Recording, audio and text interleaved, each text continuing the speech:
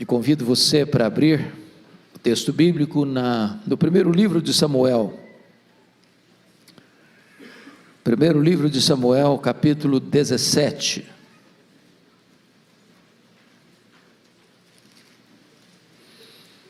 Esta é uma narrativa bíblica bem conhecida de todos.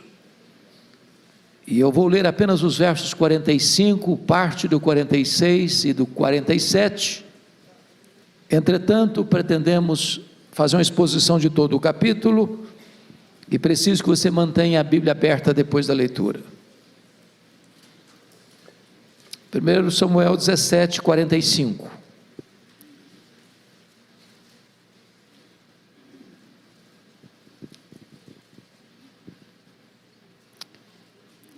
Davi, porém, disse ao filisteu, referindo-se a Golias: Tu vens contra mim com espada e com lança, e com escudo. Eu, porém, vou contra ti em nome do Senhor dos exércitos, o Deus dos exércitos de Israel, a quem tens afrontado. Hoje mesmo o Senhor te entregará nas minhas mãos. Parte B do verso. E toda a terra saberá que há Deus em Israel. Saberá toda essa multidão que o Senhor salva, não com espada, nem com lança, porque do Senhor é a guerra, e Ele vos entregará nas nossas mãos. Amém. Essa é uma das narrativas mais conhecidas da Bíblia. Esse é um dos textos clássicos da Bíblia para tratar de uma batalha, de uma guerra espiritual. E eu preciso dizer a você nesta noite que, seja do ponto de vista real ou figurado, os gigantes ainda existem. E eles são muitos. E eles são atrevidos. E eles são insolentes. E eles teimam em se colocar no nosso caminho para nos assustar, para nos intimidar, para nos fazer correr com as pernas bambas de medo. Gigante é tudo aquilo que parece ser maior do que você. Gigante é tudo aquilo que intimida você. Há gigantes que estão fora de nós. Há gigantes que estão dentro de nós. Há gigantes que nós os criamos no laboratório do medo. E eles se levantam como fantasmas para nos assustarem. Um gigante pode ser uma pessoa, uma circunstância, um sentimento, um trauma, uma doença, uma perda, uma decepção, um luto. Eu não sei quais são os gigantes que você enfrenta, mas eu quero lhe dizer que Deus não chamou você para ter medo dos gigantes, para medir a altura dos gigantes, para fugir dos gigantes. Deus chamou você para vencer os seus gigantes.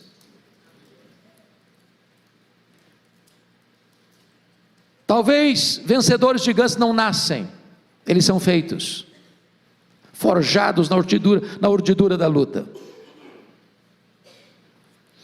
Thomas Alva Edison, que foi um grande cientista, disse certa feita que as nossas vitórias são construídas de 10% de inspiração e 90% de transpiração.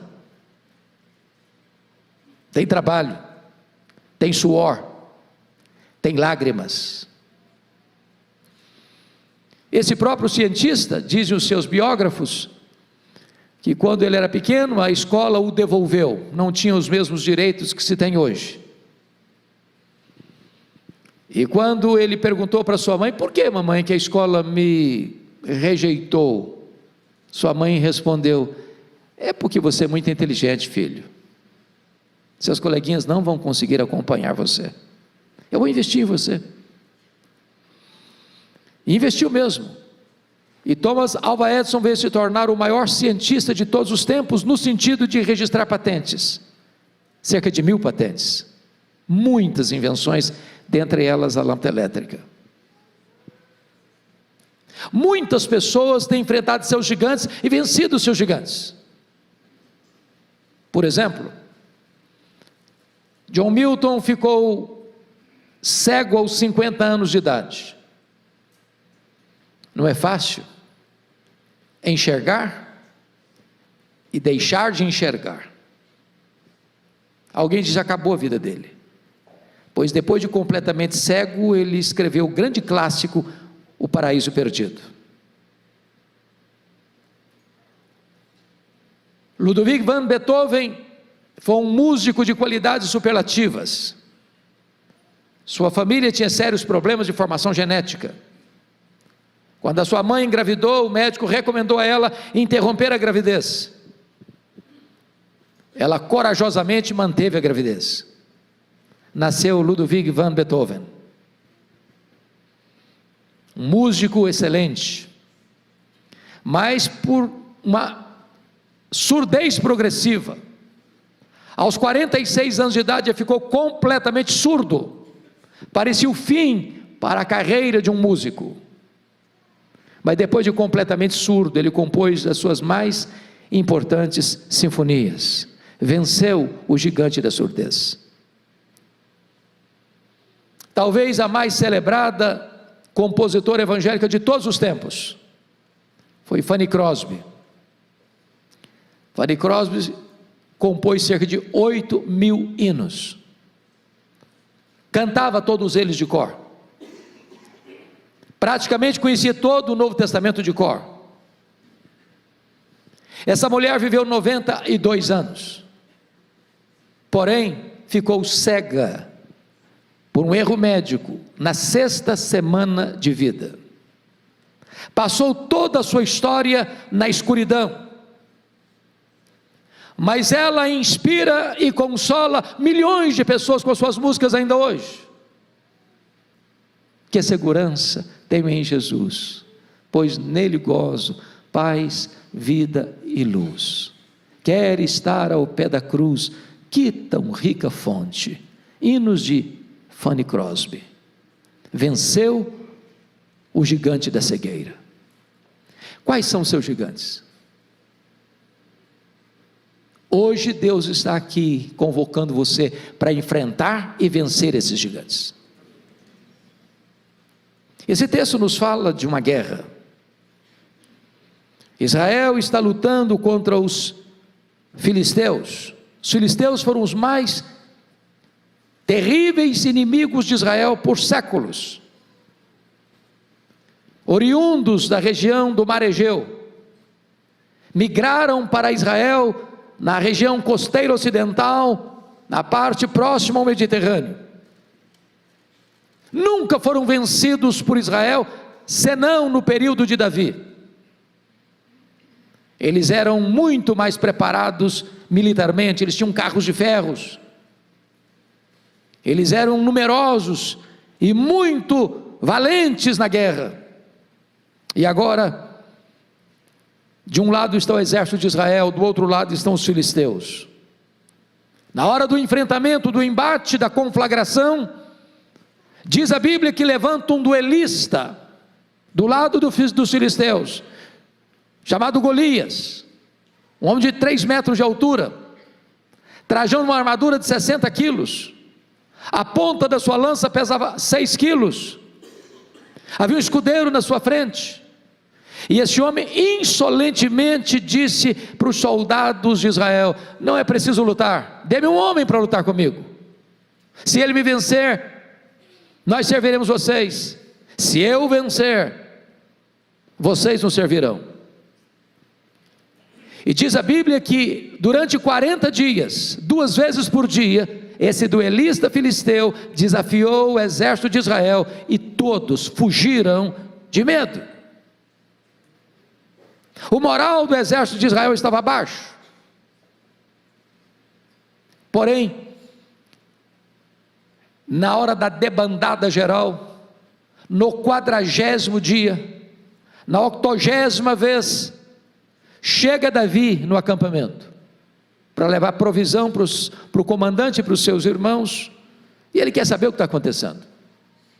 Informam para ele: tem um gigante, um duelista, um homem experimentado na guerra, que está nos humilhando, nos afrontando. Ele é imbatível, ele é invencível, ninguém pode lutar com ele. E quando Davi escuta essa história, ele pergunta: mas quem é esse incircunciso filisteu para afrontar os exércitos do Deus vivo? E se dispôs a enfrentá-lo, e a vencê-lo, e o enfrentou e o venceu. Daí decorre então o tema dessa meditação: quais são os atributos de um homem vencedor de gigantes? Esse texto nos aponta para isso. Com a Bíblia aberta comigo, confira por gentileza. Em primeiro lugar, veja você o verso 24. Todos os israelitas, vendo aquele homem, fugiam de diante dele e temiam grandemente, e diziam uns aos outros: viste aquele homem que subiu? Pois subiu para afrontar a Israel. Um vencedor de gigantes, irmãos, não escuta a voz dos pessimistas. Os pessimistas estão por aí crescendo como cogumelo, estão por toda parte, e eles vão olhar para vocês e dizer assim: é uma loucura você enfrentar o seu gigante, você não vai conseguir, isso é maior que você, é melhor desistir, é mais seguro fugir. Se você escutar os arautos do pessimismo, se você escutar os embaixadores da incredulidade, se você der crédito a esses pessimistas, você também vai fugir. Eu fico olhando a história de Israel, daqueles 10 espias que voltaram de avistar a terra e deram um relatório muito negativo. A terra é boa, lá mana leite e mel mesmo, os frutos da terra são excelentes, trouxemos até evidências disso, mas tem um problema: lá tem cidades fortificadas, lá tem guerreiros, lá tem gigantes, a terra é inconquistável, ela é boa, mas não é para o nosso bico, não dá para nós. Aliás, aos olhos daqueles gigantes, nós somos gafanhotos. Para ser sinceros, aos nossos próprios olhos, nós somos gafanhotos. Príncipes, menos do que príncipes. Homens, menos do que homens. Insetos, gafanhotos. Sabe o que a Bíblia diz? Que em virtude de escutar a nação, o relatório pessimista desses espias, Deus puniu a nação toda, e toda aquela geração que saiu do Egito, exceto os 2 espias que creram que Deus poderia dar-lhes a terra, pereceram no deserto. Não escute os arautos do pessimismo. Deus pode levantar você para vencer aqueles gigantes que desafiam você, que intimidam você e que fazem você sofrer. Mas a segunda marca de um vencedor está aí comigo, confira, versículos 14 a 16. Davi era o mais moço, só os 3 maiores seguiam Saul. Davi, porém, ia a Saul e voltava para apacentar as ovelhas de seu pai em Belém. Chegava-se, pois, o filisteu pela manhã e à tarde, e apresentou-se por 40 dias.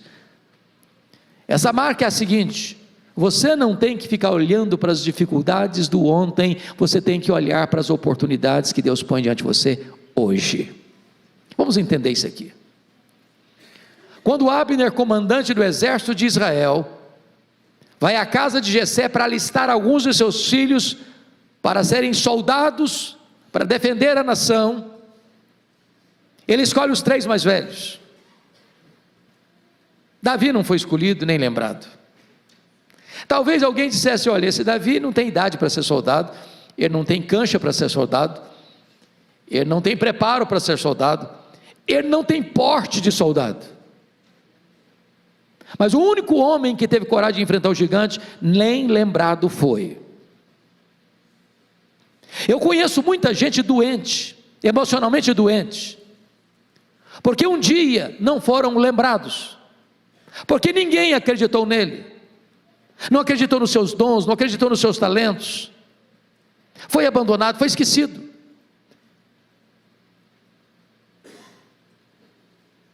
Eu conheço muita gente que diz: mas a minha vida é ruim assim, sabe por quê? Porque eu não nasci num berço de ouro, porque eu não estudei numa boa escola de referência, porque eu não tive chance de fazer um curso superior.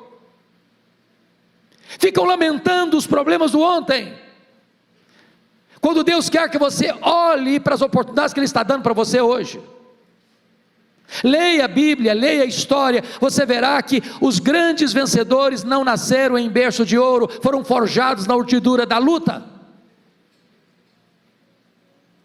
Não importa o seu grau de instrução, não importa o seu berço, se de ouro ou berço de palha, o que importa é que Deus pode levantar você na sua geração, para ser uma bênção e para ser um vencedor de gigantes. Terceira marca de um vencedor de gigantes. Confira comigo os versos 28 a 30.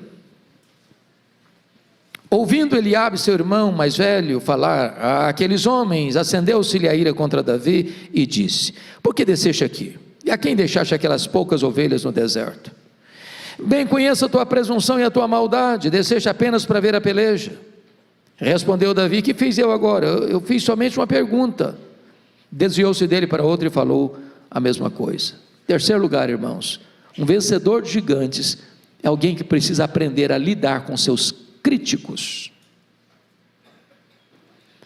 Nos meus 41 anos de pastorado, preciso reconhecer que eu não conheço ninguém que se levantou ou foi levantado por Deus, melhor dizendo, para uma grande obra, que não tenha enfrentado críticas.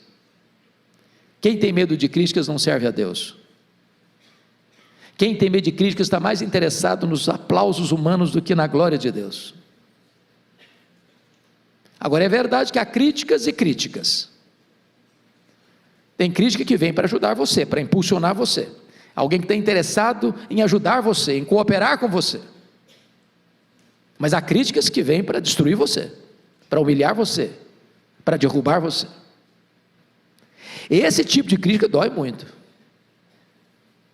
Mas eu vou lhes dizer quando é que a crítica dói mais. Em primeiro lugar, a crítica dói mais, meus irmãos, quando ela vem daqueles que deveriam estar do nosso lado e estão contra nós.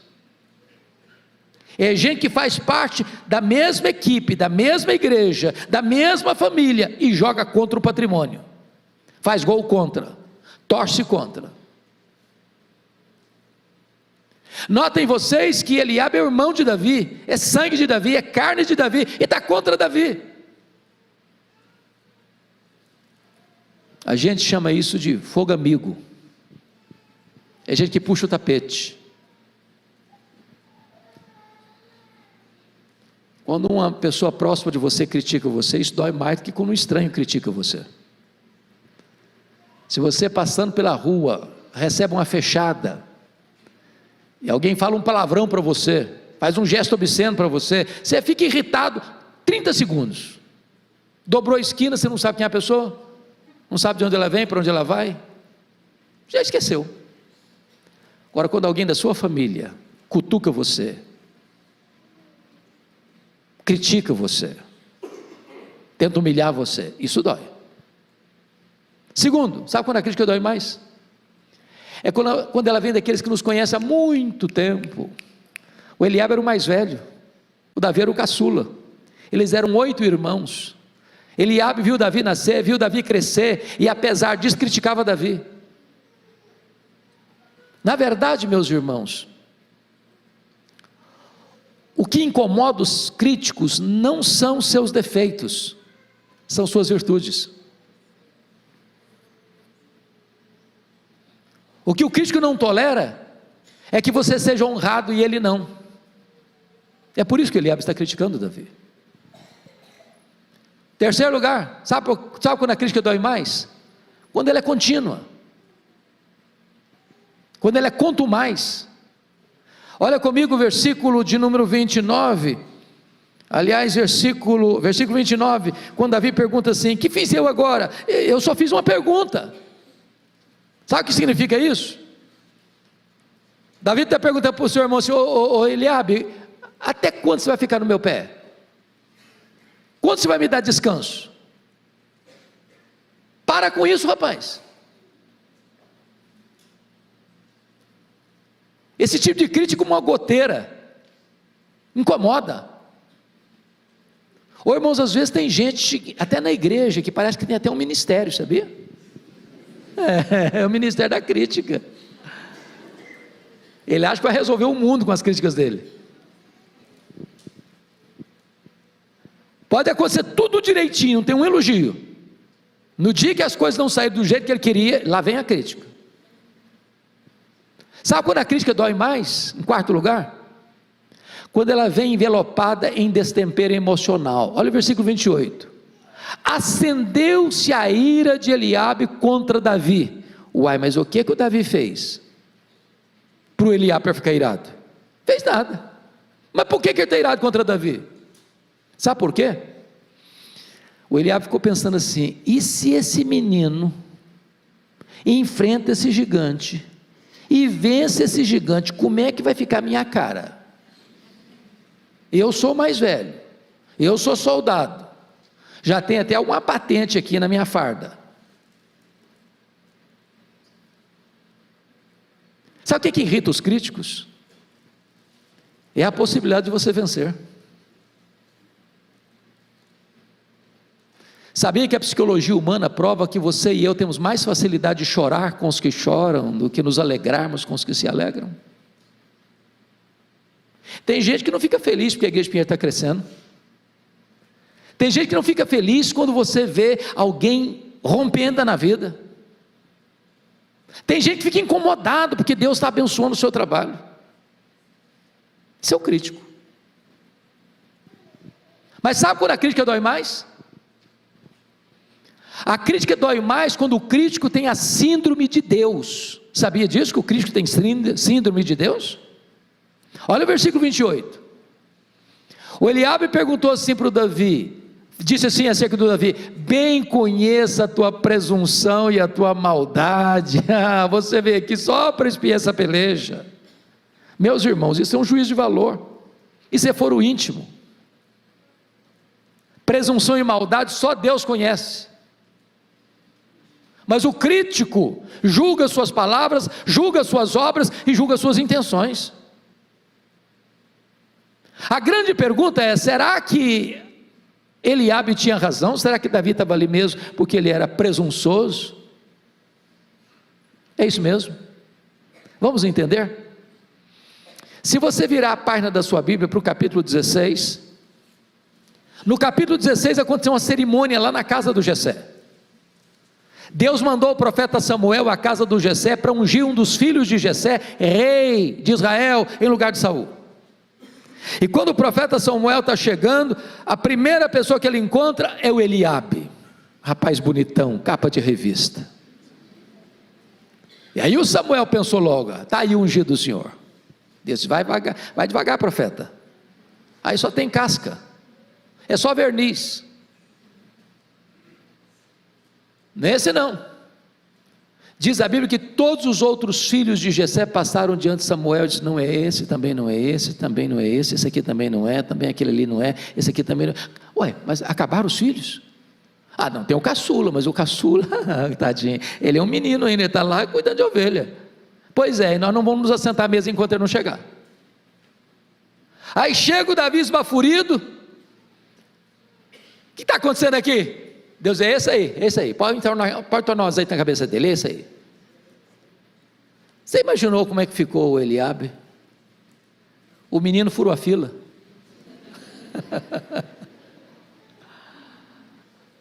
Agora, preste atenção nisso. Os três mais velhos estão na guerra. O Jessé dá um recado para o Davi: ô meu filho, deixa as ovelhas aí sob cuidado de alguém, vem cá, preciso de você. Ô filho, eu preciso que você leve esses pães e esses queijos para o comandante e para os seus irmãos. Davi poderia ter dito assim para o seu povo: papai, eu acho que o senhor não está entendendo é nada. O senhor não sabe o que aconteceu aqui em casa, não? O senhor não sabe que eu sou o futuro rei de Israel, não? O senhor não sabe que agora eu preciso preservar a minha imagem? Ué, mas o que é isso? Ué? Eu me dão agora de office boy? Como é que fica a minha imagem? E a minha reputação? Vou não, o senhor arranja outro. Agora eu tenho que manter a pose.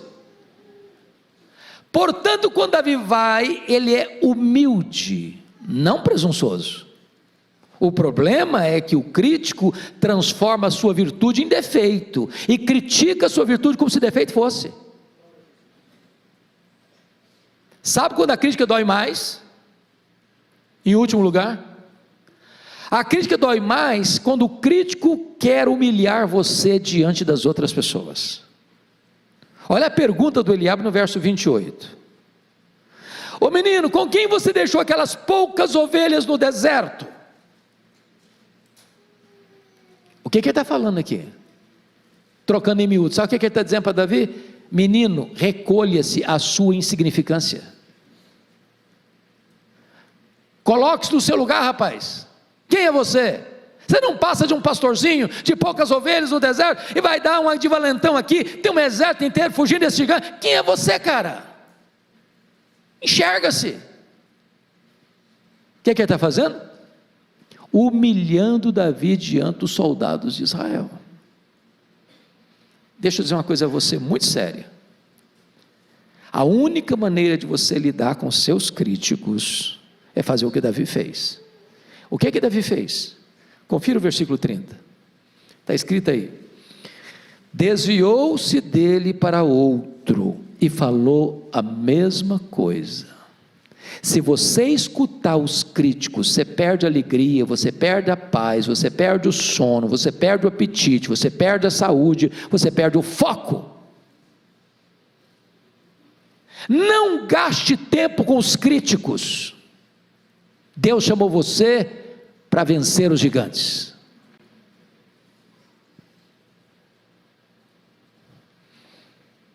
Quinta marca de um vencedor de gigantes. Aliás, quinta não, quarta. Confira comigo os versos 38 a 40. Saul vestiu a Davi de sua armadura e lhe pôs sobre a cabeça um capacete de bronze, vestiu de uma couraça. Davi cingiu a espada sobre a armadura e experimentou andar, pois jamais havia usado. Então disse Davi a Saul: eu não posso andar com isso não, pois nunca usei.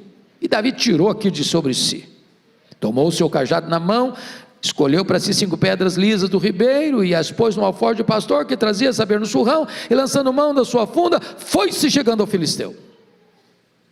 Um vencedor de gigantes é autêntico, ele não tenta imitar os outros. Vestir roupa de rei sem ser rei não faz de você um rei. Quando eu li esse texto, pastor Arival, e é para mim uma das mais lindas narrativas da Bíblia, eu dou risada às vezes sozinho.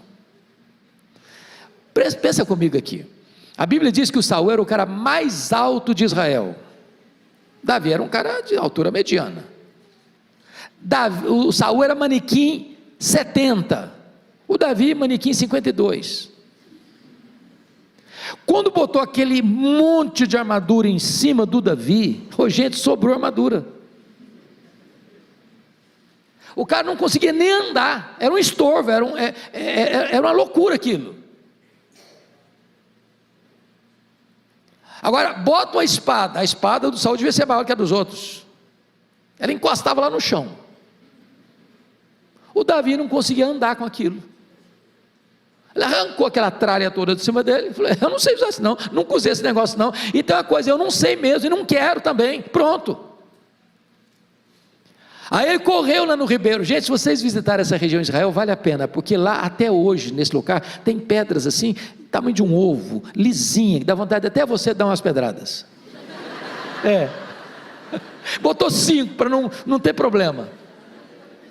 E aí pegou a funda e correu na direção do gigante. Sabe o que ele está dizendo? Gente, ele está pensando assim: com essa funda aqui, eu sou um doutor, eu consigo acertar um fio de cabelo, quanto mais a testa de um gigante. O que Davi está nos ensinando? O que Davi está nos ensinando é que não basta ter coragem, é preciso ter preparo. Coragem sem preparo é loucura. Meus irmãos, nós vivemos hoje um mundo distinto, nós vivemos hoje um mundo dos especialistas. Por exemplo, Você se lembra que no passado, bem recente, você tinha uma coisa chamada médico da família, lembra disso? Médico da família. Ele era médico do vovô, médico da vovó, do papai, da mamãe, do filho, da filha, do neto, da neta, e o médico clinicava do alto da cabeça à planta dos pés, e pronto, era o médico. Hoje, se a dor é do lado direito, é um médico, se a dor é do lado esquerdo, é outro médico. Se a dor de dente é de um jeito, é um dentista. Se a dor de dente é do outro jeito, é outro dentista. Porque é o mundo dos especialistas. Eu pergunto a você, qual é o seu trabalho?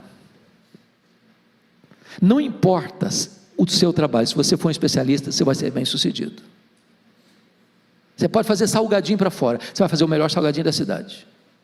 Você vai ser professor, você vai ser o melhor professor da escola. Você vai ser um comerciante, você vai ser o melhor comerciante da cidade. Você vai ser um advogado, um engenheiro, você vai ser um industriário, você vai ser um empresário, você vai ser um taxista, um motorista de Uber, você vai se especializar, você vai fazer com excelência.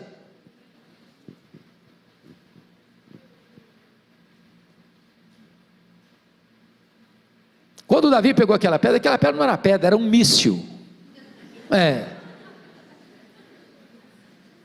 Era um projétil. Ele não está fugindo, ele está caminhando na direção do gigante. Mas, em quinto lugar, um vencedor de gigante, irmãos, está aí no versículos 45 a 47, nós não vamos ler agora porque lemos no começo. O vencedor de gigantes é aquele que reconhece que, apesar do seu preparo e da sua coragem, quem dá a vitória é Deus. Quando Davi vai enfrentar o gigante vem lá com as suas afrontas, com as suas blasfêmias, com as suas ameaças, e Davi diz para ele: você vem contra mim, com paus, com escudo, com espada, mas eu vou contra você em nome do Senhor dos Exércitos, e toda a terra saberá que há Deus em Israel, e a terra saberá que Deus salva, não com escudo, não com lança, porque do Senhor é a guerra. Entenda isso, amado, quem dá a vitória é Deus. Quem leva você para frente é Deus, quem faz você triunfar é Deus. Não a nós, Senhor, não a nós, mas ao teu nome da glória, porque dele, e por meio dele, e para ele, são todas as coisas. Eu não sei quais são seus gigantes, mas você não pode vencê-los sozinho, você não pode triunfar sozinho, você não pode entrar nessa luta espiritual de cara limpa. Você precisa de armas espirituais, poderosas em Deus, para destruir fortalezas e anular sofismas. Você precisa do poder de Deus, e ser revestido de toda a armadura de Deus. Você precisa confiar, não nos seus talentos, não nos seus dons, não no seu dinheiro, não na sua força dos seus músculos, não nas suas estratégias. Você precisa confiar em Deus, é de Deus que vem a vitória.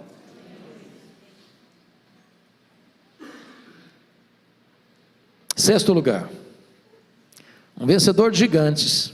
Confira comigo o verso 48, por favor.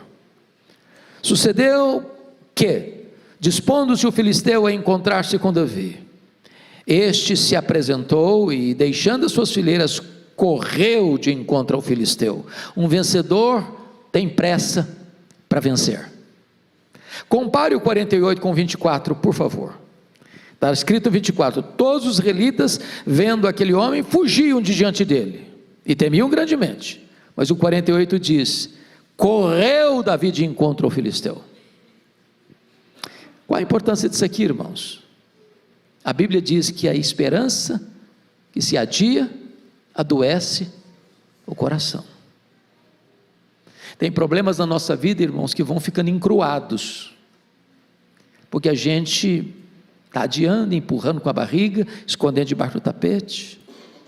É aquela conversa, é aquele confronto, é aquele perdão, é aquele acerto, é aquela decisão. Tem um ditado aqui no Brasil muito conhecido de todos nós: é melhor você ficar vermelho meia hora do que amarelo a vida inteira. Então tome decisão. Pare de ficar adiando as coisas. Tenha pressa para vencer. aquele pecado que tenazmente assedia você, peça a Deus: Senhor, eu não vou ficar mais com a coleira no pescoço do diabo, não, vou vencer em nome de Jesus. Vamos romper com isso, aquele vício que domina você, que escraviza você, em nome de Jesus, você vai vencer. Gente viciada em pornografia, que todo dia, toda hora, está lá, se alimentando de lixo, em nome de Jesus, toma a decisão de matar esse gigante, de vencer esse gigante na sua vida. Está na hora de você parar de adiar a solução dos problemas, enfrentá-los, vencê-los, não na sua força, mas na força do Deus onipotente.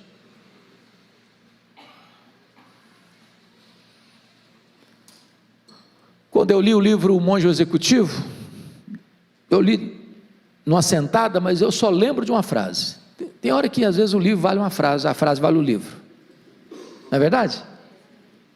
E o que valeu o livro para mim foi essa frase: você não é o que você fala, você não é o que você sente, você não é o que você promete, você é o que você faz. Domingo após domingo a gente chega aqui, e a gente escuta, e a gente escuta, e a gente escuta. É preciso tomar decisão, decisão. Mas em último lugar, sétimo lugar, confira comigo o verso 52. Então os homens de Israel e Judá se levantaram e jubilaram e perseguiram os filisteus até Gate e até as portas de Ecrom, e caíram filisteus feridos pelo caminho de Sarim até Gate até Ecrom. Um vencedor de gigantes é alguém que encoraja outros também a vencerem. Quando o gigante veio blasfemando contra Davi, não precisou de 5 pedras, bastou uma. E Davi encravou aquela pedra na testa do gigante. Ele caiu, Davi subiu em cima dele, pegou a espada dele e tosou-lhe a cabeça. Então os soldados de Israel, acovardados até então, cobraram ânimo e entraram na peleja e tiveram uma vitória consagradora. Me permita dizer isso: às vezes a luta é carreira solo, mas a celebração da vitória deve ser coletiva. Não basta apenas você vencer, você precisa encorajar outros também a vencerem. Irmãos queridos, nós ainda temos nessa questão da pandemia, muita gente que ficou com medo de voltar para a igreja. Graças a Deus aqui em Pinheiros é pouca gente, né, pastor? Graças a Deus. Mas por onde eu ando, por onde eu passo, eu escuto relatórios até negativos. Há pouco tempo eu estava conversando com um colega pastor, de uma outra denominação, querida, irmã, e o pastor falando comigo com lágrimas nos olhos: pastor Hernandes, a minha congregação tinha 80 membros, 80 membros, quando voltou, 40 deles, a metade deles, 50% da igreja: pastor, pode tirar meu nome, não volto não, não quero mais. Tem crente que acha que o vírus da Covid está na igreja, e só na igreja. É um perigo entrar aqui.